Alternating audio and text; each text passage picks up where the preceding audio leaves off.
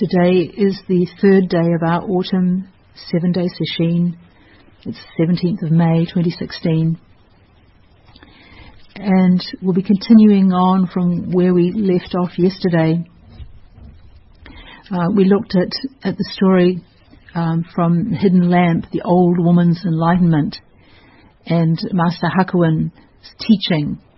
He said in a teisho, your mind is like the pure land, and your body is Amida Buddha.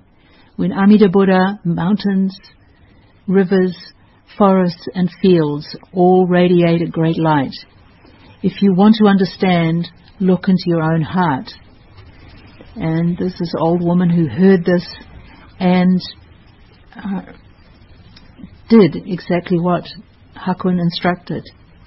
She pondered this day and night, waking and sleeping, until she saw that mountains, rivers, forests and fields did indeed shine with light. And when she saw this, she danced for joy and dropped the pot she was washing and went to see Hakuin. Hakuin came out with, what are you talking about? Does the light shine up your asshole? And at this test, she pushed him and exclaimed, I see you're not enlightened yet. And then they both burst out laughing. And we were looking at this whole question of, or beginning to look at this whole question of enlightened, what this means, what it is. Because you could say that what the old lady saw was that Master Hakuin didn't have anything that she didn't have.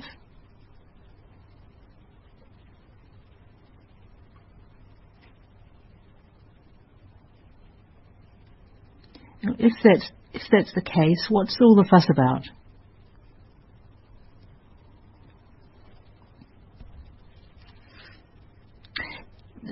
T.S. Eliot puts it well in one of his poems. I think it's Little Gidding. He says, we shall not cease from exploration, and the end of all our exploring will to be arrive where we started and know the place for the first time.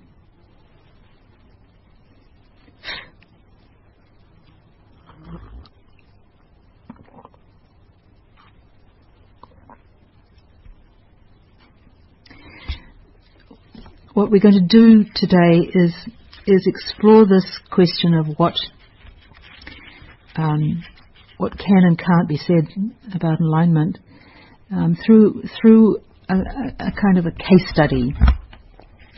And this is coming from a book called Zen Teaching, Zen Practice, edited by Kenneth Kraft, which is a Festschrift, in other words, a series of articles celebrating and re-evaluating a book, The Three Pillars of Zen, which is where for many of us our ideas about enlightenment come from. And this was much more so when the book first came out, because there was so little material available in English on Zen, especially on Zen practice.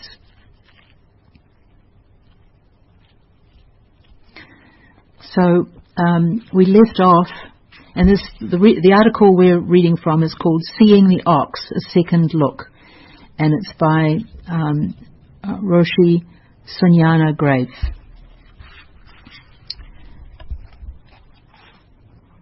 We left off where she was posing the question about the enlightenment accounts in the Three Pillars of Zen.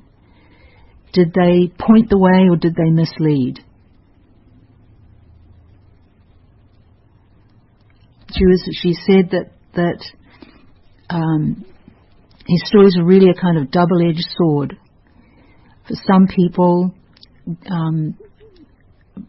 providing inspiration and motivation, but for others, leading to a skewed view of what practice is all about. And as I commented yesterday, sometimes it could be both of these. She writes, as students of Roshi Kapleau, every one of us had read the 3 pillars. But of all the outstanding material within those covers, it was the Kensho stories that held the most intense fascination for many of us 20-year-olds. Indeed, the greater our confusion and desperation, the greater our obsession with enlightenment. And there were a lot of confused, desperate people coming to the Zen Center in the years just after the 3 pillars was published. And it was published, I think, in 1967. And just say something here about this word Kensho. It literally means seeing reality, and the way it's generally used in our tradition is to refer to an initial awakening experience, but also the subsequent ones. It's sometimes differentiated from satori, which is reserved for really deep, thoroughgoing, great enlightenment. But add something here about what Kensho is, because it's really not just seeing oneness, seeing beyond duality, especially seeing the oneness of self and other and form and emptiness. It also involves being able to express what we've seen. Sometimes we can have a glimpse, but we can't. It's not something that's translatable in our lives. For it to be a genuine Kensho, it has to be more than just an experience, but something that includes understanding, what we would call realization. In other words, one can be questioned about it and be able to respond in a non-conceptual way.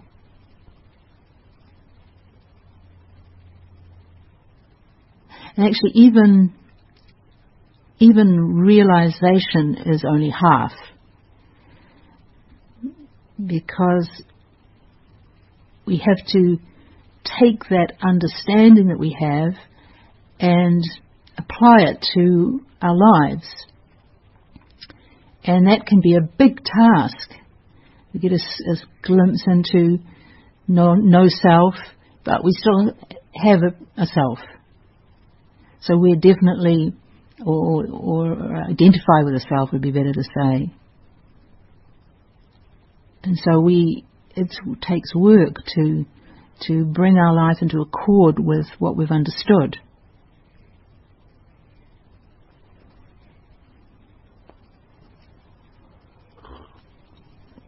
More on that as we go through this article.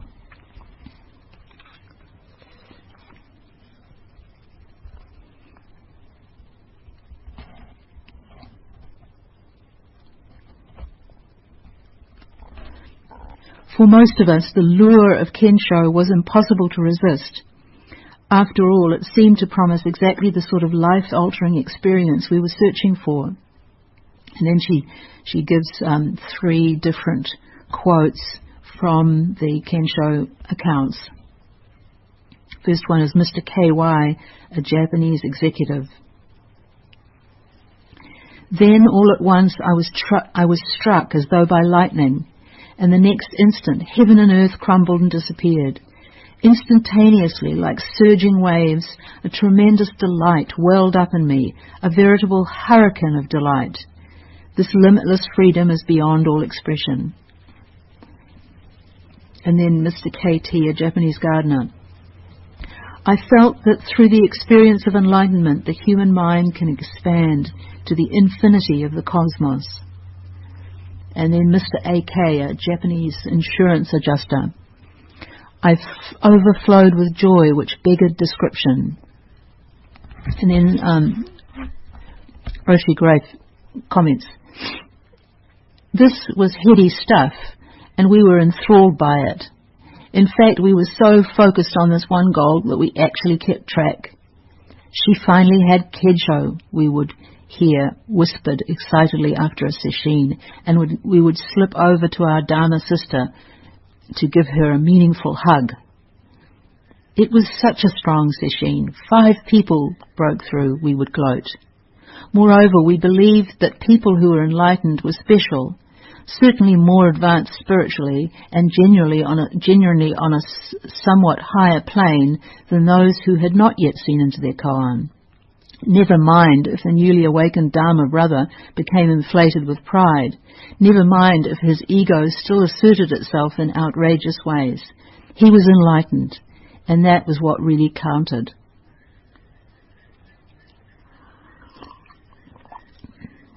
I think one of the things we can just say about this was we have to recognize that there was a lot of immaturity in the Sangha. Not only were most of the people who were there very young with not much life experience, but the Sangha itself, the community itself, was very young.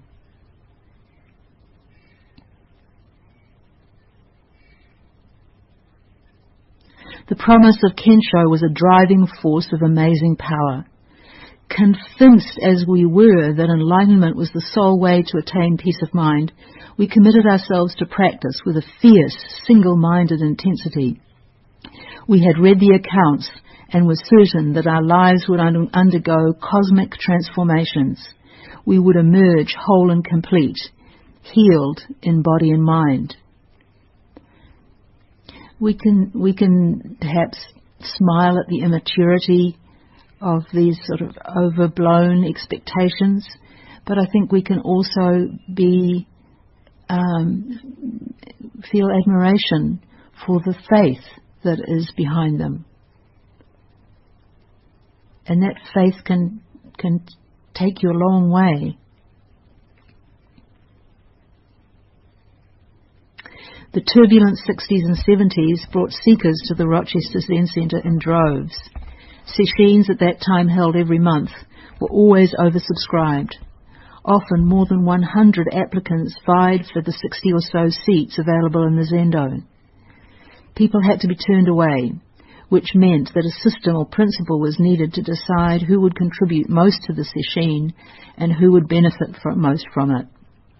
This unavoidable selection process led to the conclusion that those who attended sittings regularly were more serious about their practice than those who were less regular. Single people with temporary part-time jobs therefore had a competitive edge when it came to sesshin acceptance. And of course the people who couldn't be at the centre as much were often people with young families, demanding jobs.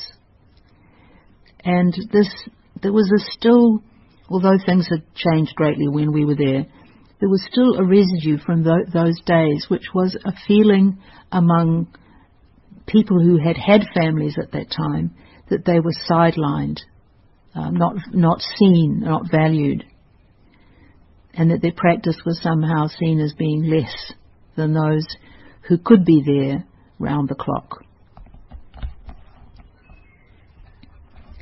In those days, sessions at Rochester Zen Centre had a reputation for being the boot camp of Zen training.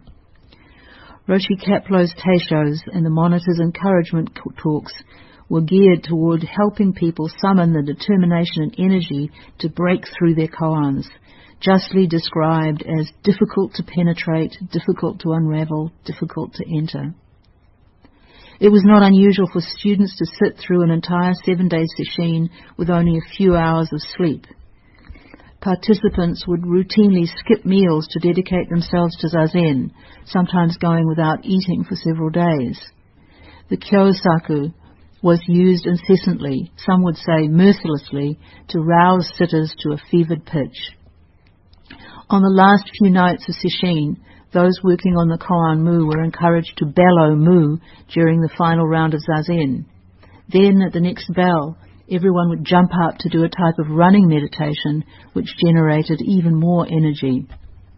And they still actually do these, the loud mooing and the very fast kinhin, not as fast as it used to be. They still do these as sessions at Chapin Mill. They're not things that I've continued with here, these last two. Partly it's because they seem sort of, in a way, artificial, to be trying to sort of wind the sesshin up.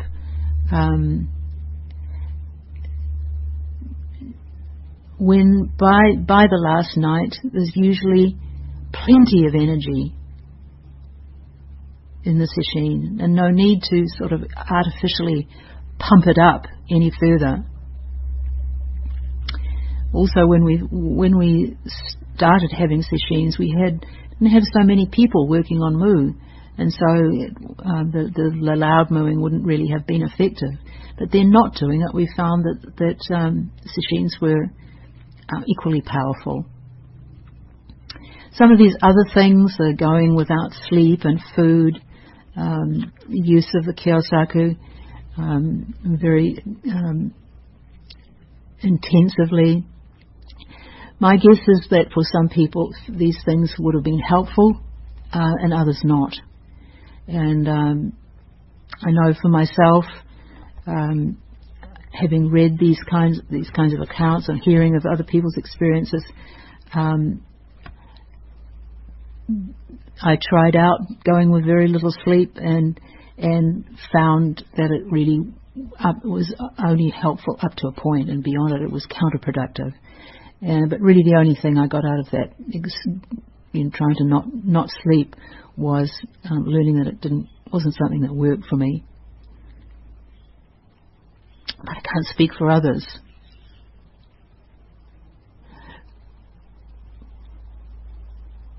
There was fierce competition for the opportunity to attend Doksan, the private encounter with the Master, since Roshi could only see about half the participants during each of the 3 2-hour blocks, like us when Doksan would have been offered. In the moments before Doksan began, the inspiring words of the monitors, followed by the vigorous whacking of the stick, created an intensity bordering on hysteria. The zendo filled with crackling energy, adrenaline surged, hearts pounding, as everyone waited for Roshi's handbell to signal the start of Doksan. The instant the bell rang, students flew off their mats to be first in the waiting line. Races to Doksan resulted in more than a few injuries over the years.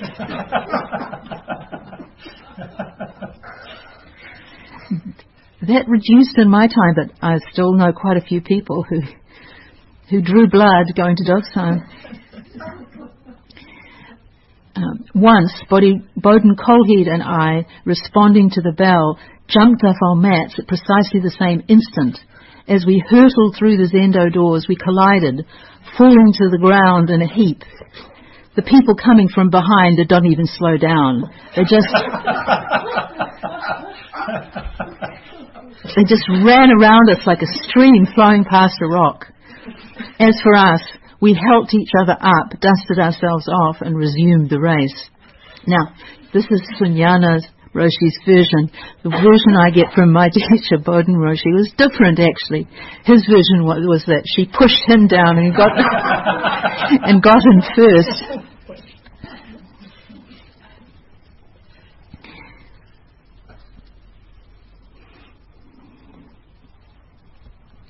I think we can say let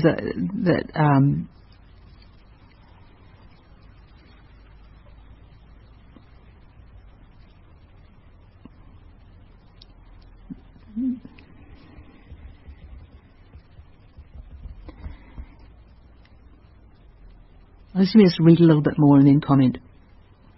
The highly charged atmosphere of sesshin was often compared to a pressure cooker, an apt analogy.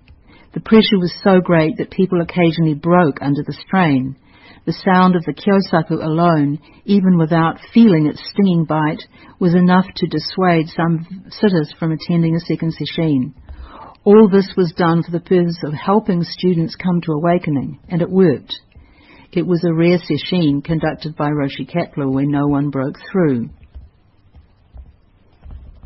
Yet, was the frenzy really necessary? Would people have awakened anyway without that degree of pressure? Did the Kensho stories which ignited this near mania invite discouragement as often as inspiration? There were those who gave way to feelings of envy, even jealousy, towards others who had while they had not. Some were swamped by feelings of inferiority when, after years of attempting to see into the realm of the Absolute, they remained firmly planted in duality. Others found themselves constantly waiting for the experiences or mind states to match those of the people in the three pillars, especially when they felt that they might be approaching the moment of enlightenment. So,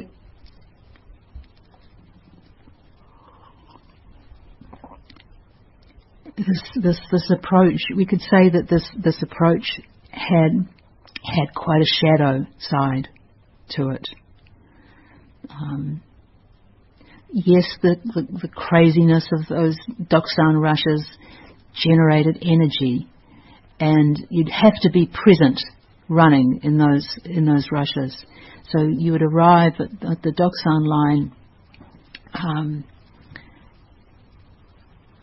in a state of great alertness. But there's also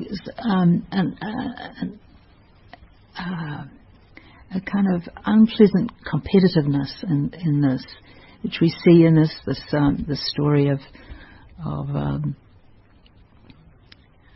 at least my teacher's version of the story of these two colliding and their rush to get to Doksan. And I know I went through this, though they still have these rushes, that you can get into this idea, it's just sort of an ego idea that you're somehow a more zealous Zen student if you happen to get in first into Doksan, when in fact all that says about you is that you got first into Doksan.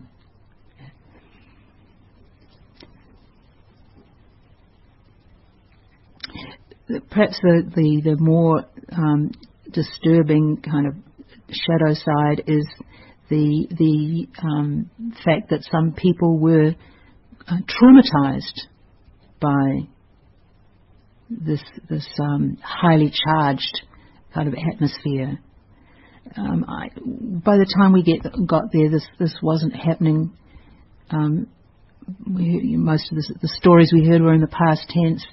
I remember one that Roshi Kapleau told me that in those days people weren't given the option of opting out of the kyosaku, and there was somebody in the sesshin who had traumatic experiences with being beaten as a child, and receiving the stick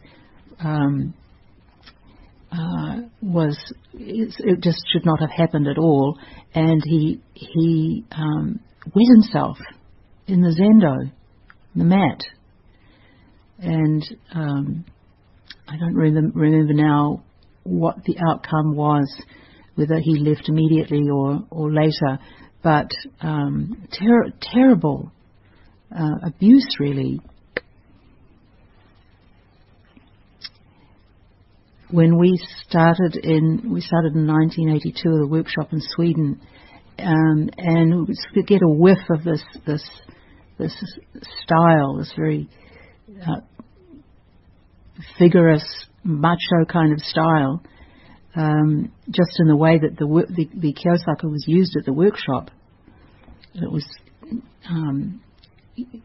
very, very. We were hit very hard.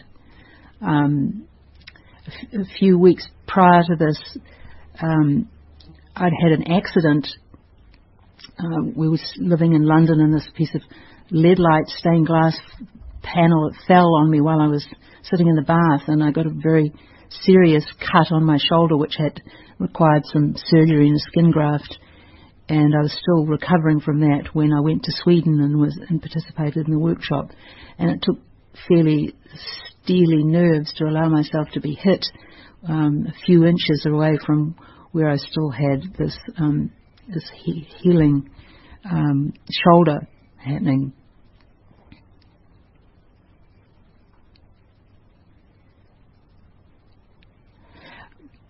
You could say that some of the things that were happening at the centre at that time, this earlier time, were cultish, extreme.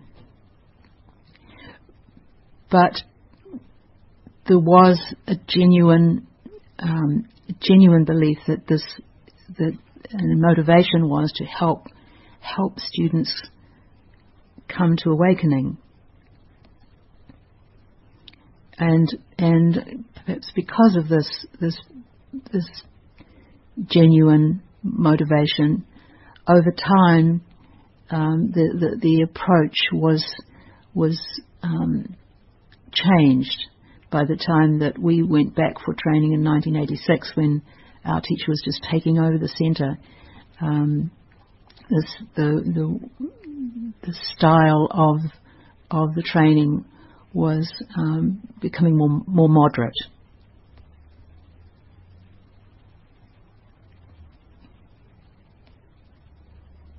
The other sort of shadow thing that Roshi Grafe points out here is so much emphasis on breaking through that one can feel jealousy, envy, and certainly inferiority if you have not yet broken through.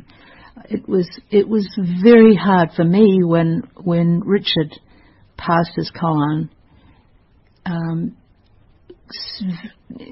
Acute jealousy came up for me. It was very, very, very painful. Here I was supposed to be doing my practice for the sake of all beings, and yet I resented the fact that my own husband had awakened. But Roshi, then Sensei Kolheed, helped me a lot to come through that by pointing out that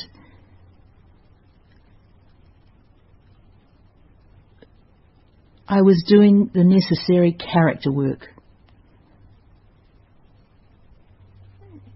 in continuing to practice, not getting what I wanted, not getting Kensho.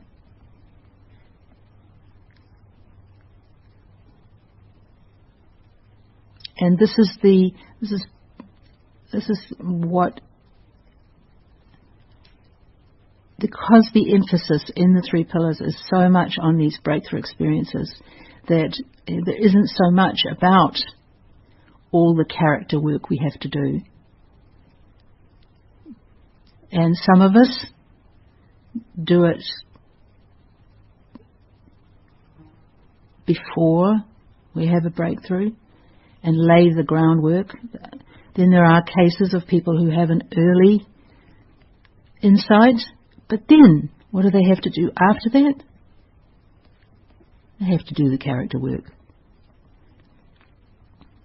The work of developing patience, perseverance, and all the other qualities that are needed for practice.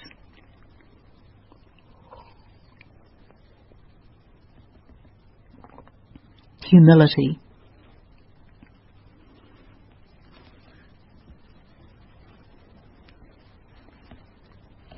She says about how people found themselves constantly waiting for their experience or mind states to match those of the people in the three pillars.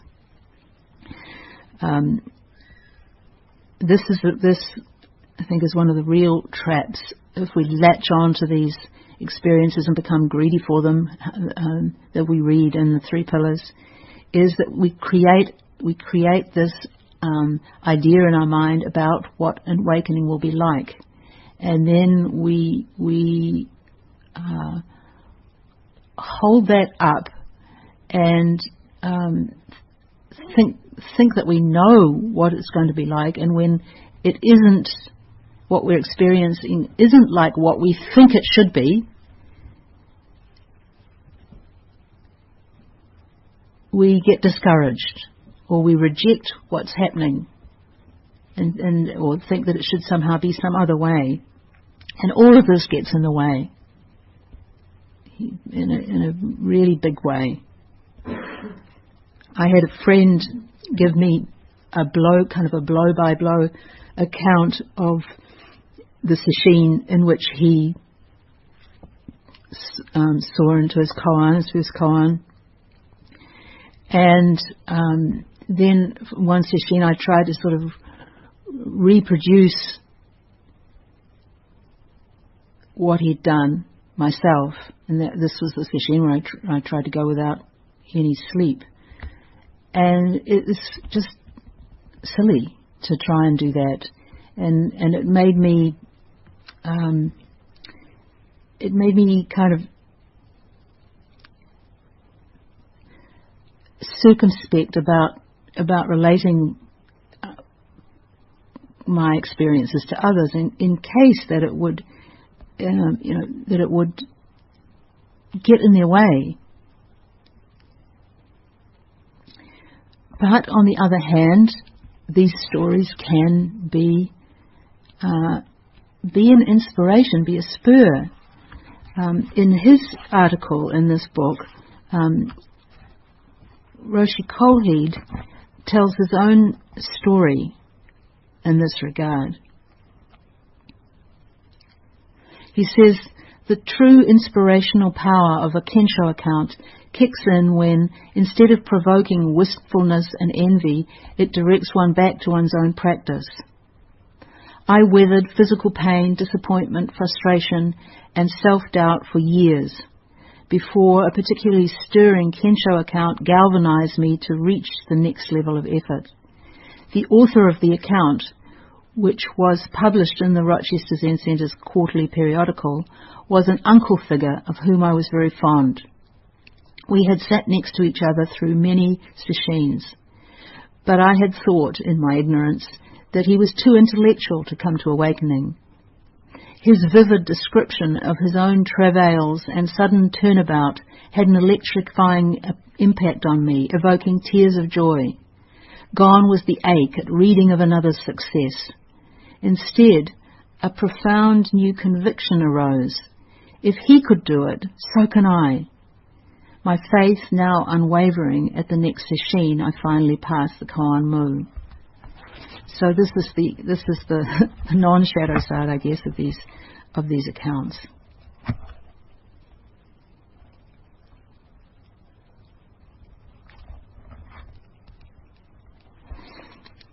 In this paragraph, Roshi Graves asks us a very important question about whether people would still have awakened without this degree of pressure.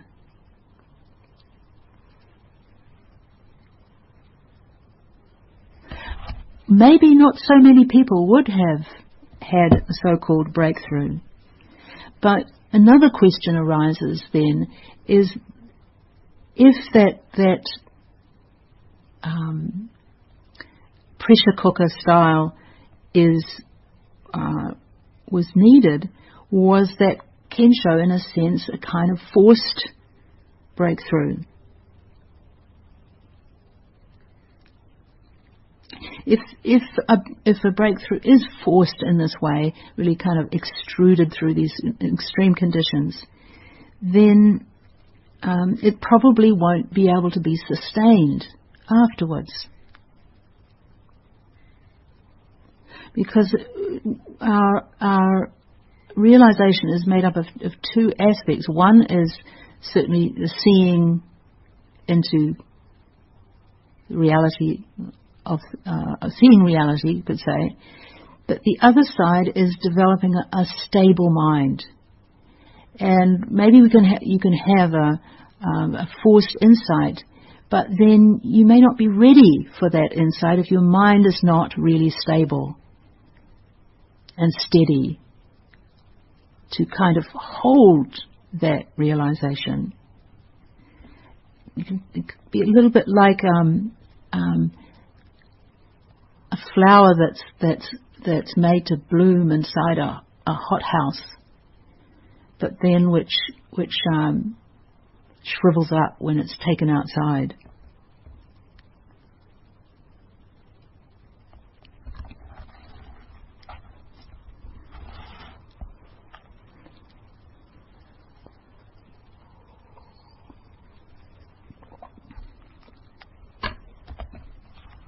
So it's not this practice of ours is not just all about this breakthrough.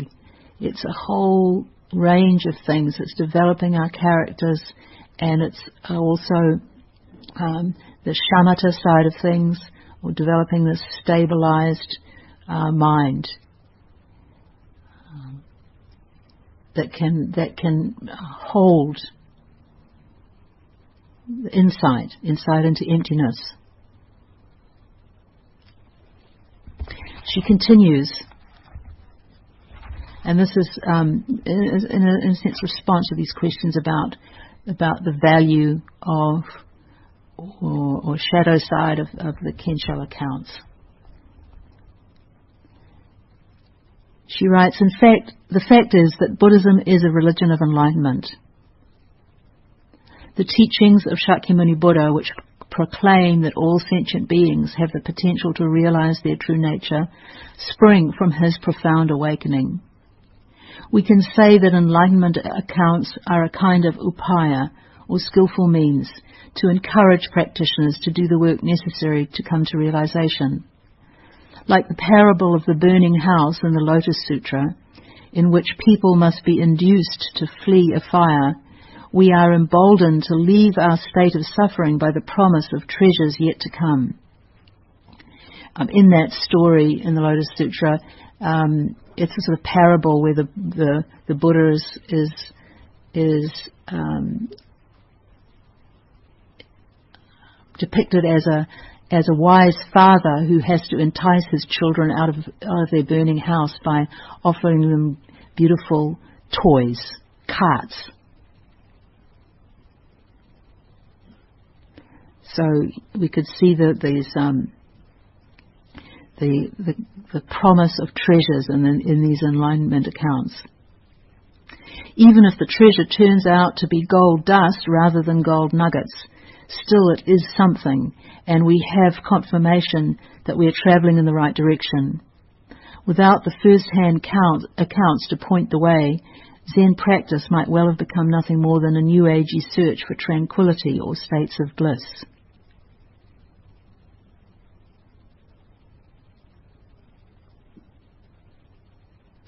That's, again, we come up against this dilemma that talking about enlightenment makes it into a thing, which it isn't. And yet not talking about enlightenment is to deny the fact.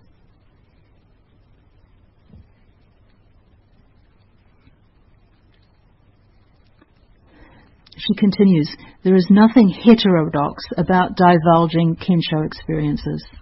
The descriptions follow a 2,500-year-old tradition of recounting through narrative, song and verse the circumstances leading to one's awakening. Take, for example, the Therigatha, which contains enlightenment accounts by nuns during the formative years of Buddhism.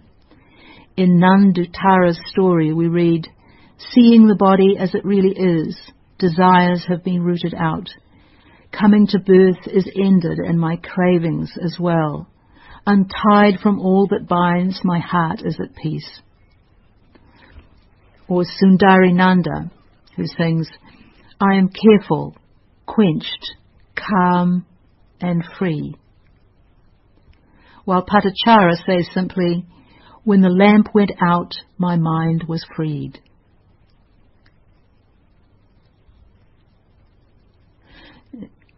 This, just a footnote on the Therigatha, is quite an extraordinary text.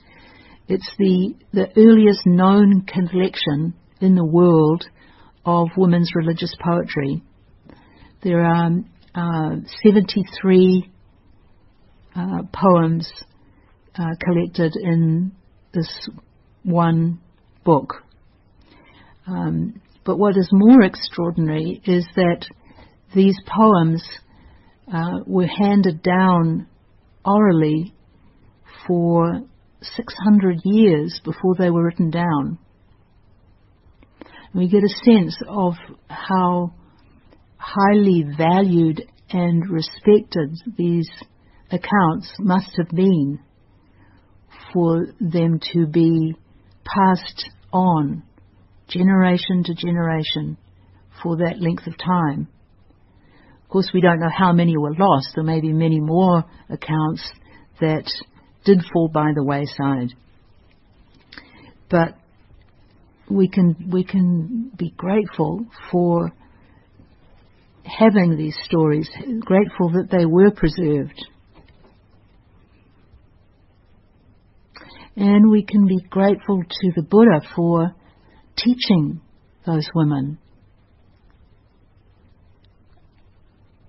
unselfishly, just as he taught the men.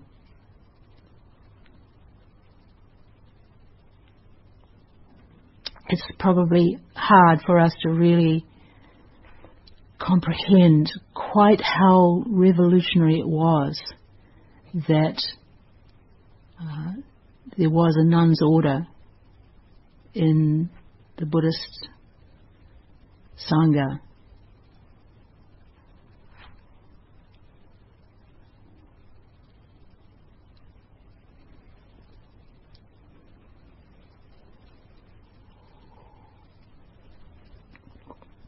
Because the Buddha also taught lay women.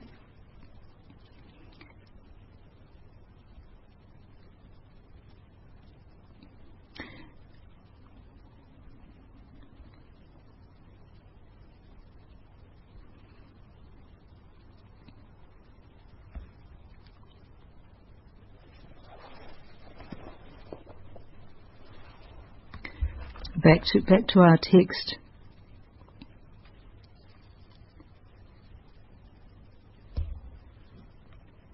Through the long, rich history of Buddhism and Zen, the Enlightenment accounts of countless masters have been published, often as a means of encouraging and motivating students.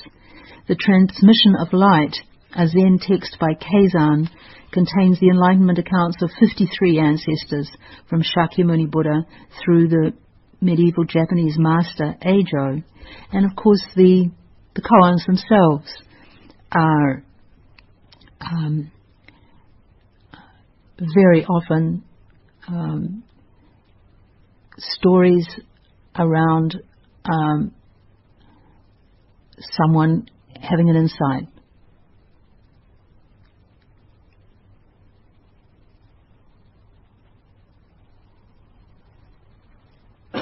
There were few, if any, such accounts available to Westerners at the time the Three Pillars of Zen was published.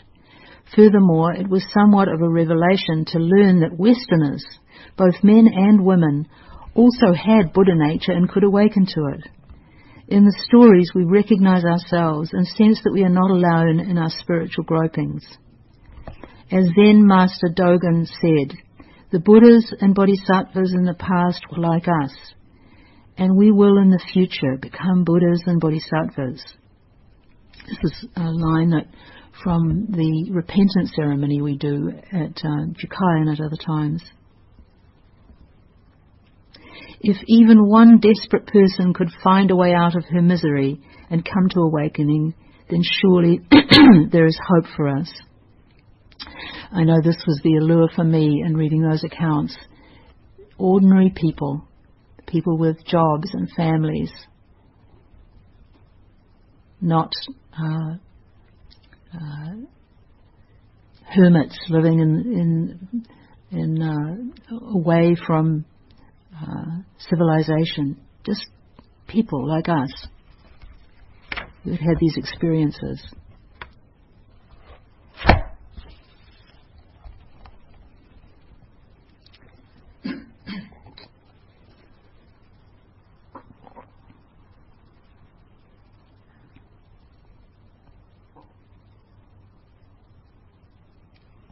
Reading the accounts in the Three Pillars, one could easily get the impression that Kensho is a once-and-for-all life-altering experience.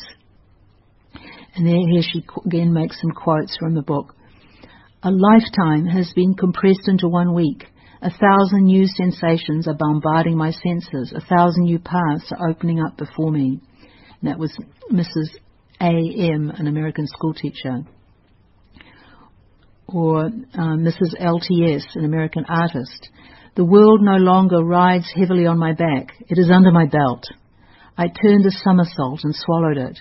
I am no longer restless. At last I have what I want. Or Mr. KY, Japanese executive. Everything flows smoothly, freely. Everything goes naturally. This limitless freedom is beyond all expression. What a wonderful world. And I think it's not surprising that reading these statements that people came away from the Three Pillars of Zen thinking that they would all their problems would be solved if they had this Kensho. She writes that people not only thought that they would that everything, or their whole lives would be fixed in an instant, but also that they would suddenly be able to paint or write or read minds or remember past lives. She says, so overblown were people's expectations that the experience could not help but lack the transformative power they thought it would have. No wonder Roshi Kapleau repeatedly warned, don't poison the real with the ideal. Kensho can certainly cause abrupt transformations, but it is never the end of the spiritual road.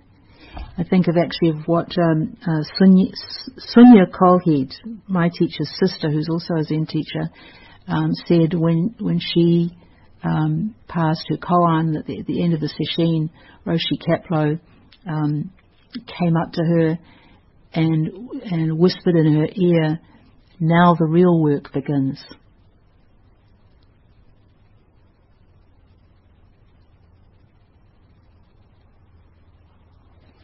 Many Zen students assumed that with Kensho they would have the same emotional reactions as the writers in the Three Pillars. They looked forward to being struck by a bolt of lightning. Yet, a valid Kensho can come with little emotional upheaval. According to tradition, Zen Master Dogen simply declared, my eyes are horizontal, my nose is vertical.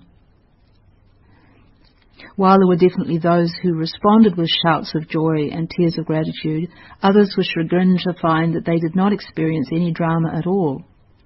Oddly, without the expected fireworks and inversions of heaven and earth, some practitioners actually felt cheated when they finally saw what had always been before their eyes. From Roshi Kapleau's perspective, awakening by itself was never the goal. Ongoing practice, ever-deepening realization, maturity, harmony, compassionate action, and above all, actualization were his true standards. Kensho was vital, certainly, but it was only an initial step in a long road of spiritual training. Often, Roshi would say, enlightenment shows you up. In other words, shows up our shortcomings. Even after a Kensho experience, it is still necessary to overcome the persistent illusion of ego I, clean up bad habits, and let go of clinging attachments. The fruits of practice must be put into action in our everyday lives. The Three Pillars points this out in any number of ways. For example, in his introduction to the enlightenment experiences, Kapleau says, Zen training stresses the need to ripen an initial awakening through subsequent koan practice and or shikantaza until it thoroughly animates one's life. In other words, to function on the higher level of consciousness brought about by Kensho, one must further train oneself to act in accordance with this perception of truth. In integral psychology, they talk about states versus stages, where we can have an experience, and it can be it lasts for a certain amount of time, and have that experience, you could say, in a higher state of consciousness, but we haven't reached that stage. We slip back to the stage we normally are in, which it does not resonate at that higher level. It's like we just have a little tip of the tongue taste of it, but then because of our habit patterns, we slip into a lower or less subtle state of mind. Well, our time is up. We'll stop here and recite the 4 vows.